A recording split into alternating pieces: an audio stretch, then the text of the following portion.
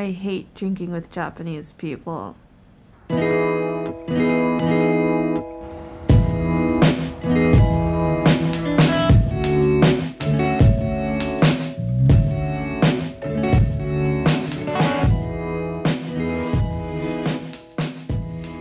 It's me, Jasmine, again, and welcome to the best day of my life. I have been drinking for the past 4 days straight now. Wait, before you judge me, let me explain. These past 2 months, I've had many friends come and visit me here in Japan, and during these 2 months, of course, because it's the holiday season, we are going to go out for drinks. But that's not what I wanted to talk about today. Today, I wanted to talk about why I hate drinking with Japanese people, because during this time of my friends coming to visit, I realized how different drinking with my foreigner friends is compared to drinking with Japanese people. Before we get into it, I think I should tell you guys that I have a pretty high alcohol tolerance, and my Russian ex-boyfriend was the one who taught me how to drink, and sometimes I feel like he knew what my future held, and so he decided to prepare me for it. One day you will live in a land of functioning alcoholics and gamers.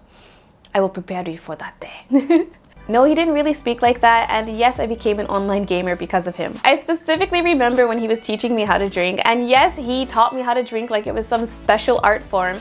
But I remember I got heavily drunk at one of Gargi's parties, and I was really wobbly, as expected. I was drunk. And remember, this is like my first time drinking too much alcohol, but my ex-boyfriend, he comes to me, he holds me by the shoulders, he looks me dead in the eyes, and he says, "Stop it, sit straight. Learn how to hold your alcohol or don't drink alcohol at all." To be honest, I was a little bit buzzed on something other than the alcohol, so I don't know if it was because of that I felt super paranoid of how people were perceiving me. But I remember from that moment on, I was focusing so hard on just like sitting straight, walking straight, and just like making sure that my head was straight and not like tilting over or anything.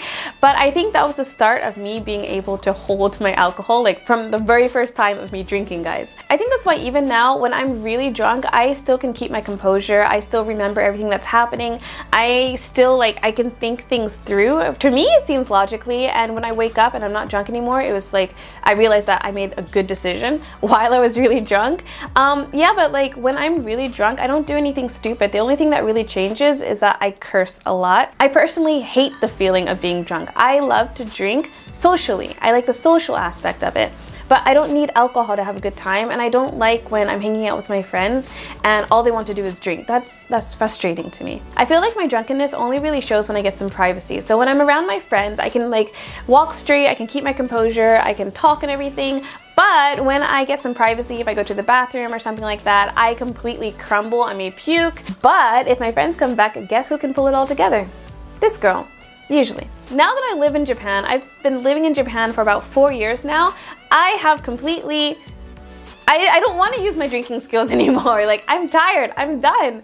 So now I want to tell you guys why I hate drinking with Japanese people so much. And yes, all of that back information was necessary, but let's just get into the video, okay? Reason number one why I hate drinking with Japanese people is because of culture. And I know it seems kind of strange, but let me explain. It's part of the culture here in Japan that you always serve the other person. So when you go out to a restaurant and the waiter or the waitress serves you food, then you're supposed to serve the other person. You don't just serve yourself. So when your friend's drink is empty, their cup is empty, you're supposed to always like make sure that their cup is never empty, first of all.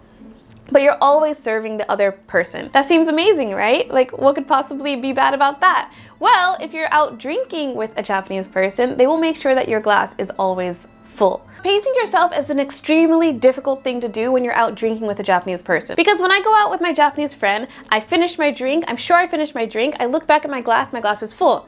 Did I finish my drink? Maybe I only thought I finished my drink. So I drink some more, and I don't know how many drinks I had. I remember when my Japanese friend and I were counting how many drinks we had that night, I thought I only had 3 drinks. And they're just like, "No, Jasmine, you had 5 drinks. I ordered you 2, remember?" No, I don't remember. Like, when did you order my drinks? Do you see how dangerous this is? Reason number 2 why I hate drinking with Japanese people is because their personality completely changes when they're drunk. So typically, Japanese people are polite, quiet, reserved, and don't usually touch people at all. There's like no physical contact. Everyone knows this, right? You don't hug or touch a Japanese person the way you would an American. It makes them feel uncomfortable. That all changes when they're drunk. Just a few days ago, I was out with my half-Japanese friend, and yes, I'm kind of interested in him, but he doesn't live here permanently, so that's like another story. But anyway, Anyway, so I was showing him like my favorite places to go in Shibuya and where to drink and everything, and we ended up in Niku Yokocho. Niku Yokocho is just a collection of many like meat restaurants and like bars and stuff. And so the way it's set up, like when you come and you sit down, you are always going to be seated next to another group of people. So it's really easy to talk to people, like if they want to talk to you. But when we went there, we sat down at one of like the stalls. We were sat next to like a group of 3. Like there was one other girl there, but she left when we came. But there were 2 guys and 1 girl. And so my friend was seated next to the girl. The way they were dressed, they were wearing formal attire. So I remember thinking that during the daytime, these are probably like your just typical Japanese people, and they're probably like really polite and really quiet and everything. But it was nighttime and they had already had a few drinks and their faces were red and they were already pretty rowdy. So I went to the bathroom, and when I came back, when I was walking back to like the table, I saw that the girl was talking to my friend, and everything seemed pretty cordial and just like normal and everything.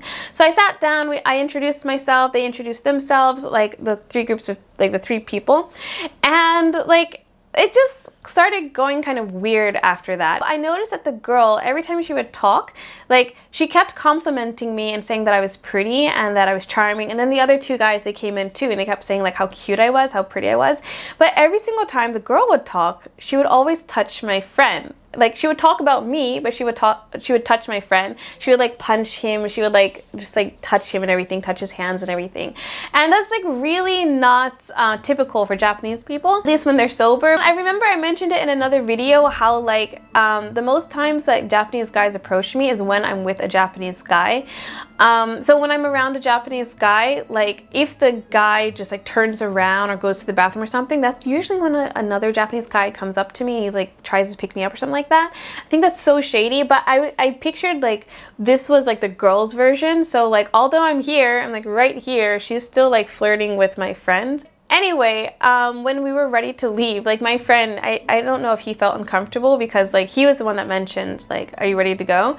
Yeah, so we were ready to leave. We had already paid. We were putting on our coats and everything. My friend said that he was going to go to the bathroom. So he went to the bathroom, like he said, I'm going to the bathroom, and then immediately started walking, and I said, oh, I have to go to the bathroom too. But I don't think he heard me. But the moment that he started walking to the bathroom, the girl got up and then she said goodbye to me. She's like, oh, bye, it was really nice meeting you. And then she followed my friend. And like I think he was already like in the bathroom by that time, but she just went there, and I'm just like, okay, whatever, like I have to go to the bathroom too. When I came out of the bathroom, like my friend was there, the girl was there, and then the guy that was sitting next to the girl who was with the girl, he was there, he was holding her like back and everything. 'Cause I think that guy kind of knew it was up too. And like the girl was still trying to talk to my friend, but like the other guy was like holding her back and everything. It was weird. But anyway, like this is what I'm talking about. Like this would never really happen, or I wouldn't expect this to happen if like everyone was sober. So usually in Japan, in Tokyo, because I can only speak from, because I live like near Tokyo, yeah, like usually people are really quiet, reserved, and oftentimes you have no idea what people are thinking. But I feel like oftentimes when I'm drinking with Japanese people, their personalities completely change. So I'm just like, oh crap, I don't like this person, or like, I don't know who you are. If we were just a few hours earlier, like this wouldn't be happening at all. Like the people next to us, maybe they wouldn't even talk to us because we're foreigners. Reason number 3 why I hate drinking with Japanese people is because they drink until they're down and out. So if you're interested in Japan and you've Googled things about Japan and everything, you've probably come across pictures of like drunk Japanese people in the streets or on the train or something like that. They're pretty common. You can find them anywhere. Every time I go out drinking with a Japanese person, I know my night is going to end in one of 2 ways. Either I'm going to carry this person halfway home, or, oh, I guess I'm puking tonight. Sometimes it's both. So sometimes me and my Japanese friend, who is also my student, we go out to like really expensive restaurants and bars because she's a foodie. Like I'm a foodie, she's a foodie, but like she also likes to treat me. So like, hey, it's free. So last month, this friend invited me to a wine tasting event in this beautiful hotel in Meguro. And I know that she can drink, and it was my first thought was just like, maybe I should decline. Like I shouldn't go because like she can definitely drink a whole lot, and I didn't want to be like super drunk like that. But the other part of me was thinking like, oh, this is going to be so nice. It's so beautiful. I get to try expensive wines for free. So I went. Long story short, I went and we got completely shit-faced. Like, the thing is, I knew I was at my limit and I wanted to stop drinking, but she kept saying like, oh, Jasmine, we haven't tried this one, we haven't tried this one. And when I would tell her like, no, I'm okay, I'm okay, she would tell me like the history of the wine and why it's such a great opportunity, like how difficult it would be able to find this wine. And so I'm just like, oh, okay, like I have to try this wine. And so I would drink. Peer pressure to the max. I have absolutely no clue how I was able to continuously stand up in heels for the entire night. I don't know how I made it home. I don't know how I carried her halfway home. I don't know, like God is real, okay? Like, I have no idea like how I was able to hold it all together. When I was in the showroom with everyone, I would smile and I would respond, but internally I had tunnel vision and the room was circling my head and I was trying to hold everything together. I remember my first sensation to puke that day, and I say first because I puked quite a few times that day. Anyway, when I got the first sensation to puke, I decided to go to the bathroom and I kind of like rushed. I remember this very vividly, I don't know why, but I remember like rushing to the bathroom and there was a really long line in the bathroom. I remember standing in line and like the people in front of me and behind me, they were like talking to me. I was making small talk. I don't know how I was making small talk, but I was making small talk and like everyone was like just really chatty in the bathroom line. It was annoying. And when it was my time to go to the bathroom, like I opened the stall, I locked the stall, and there was a sink in the stall too. It was like a really fancy hotel, guys, but there was a sink in there and I remember just feeling so happy that there was a sink and I'm just like, yay. And then I just like lost all control and I puked. I filled the entire sink up with puke. When I was done, like, well, when I had like a little rest, I sat on the toilet and I kind of just like, I was knocked out. I was out. I don't know for how long I was passed out for, but this is how well I'm able to keep my composure when I'm drunk as F. So these are actual messages that me and my friend sent from that night, and this is when I was in the stall on the toilet and just waking up out of being passed out. So she called me at 3:35 p.m. so maybe I was already missing for some time, because like people don't call immediately, right, when they see that their friend is gone. Yeah, so she called me at 3:35 p.m. Maybe after noticing I was gone for a bit, and next she asks where I am.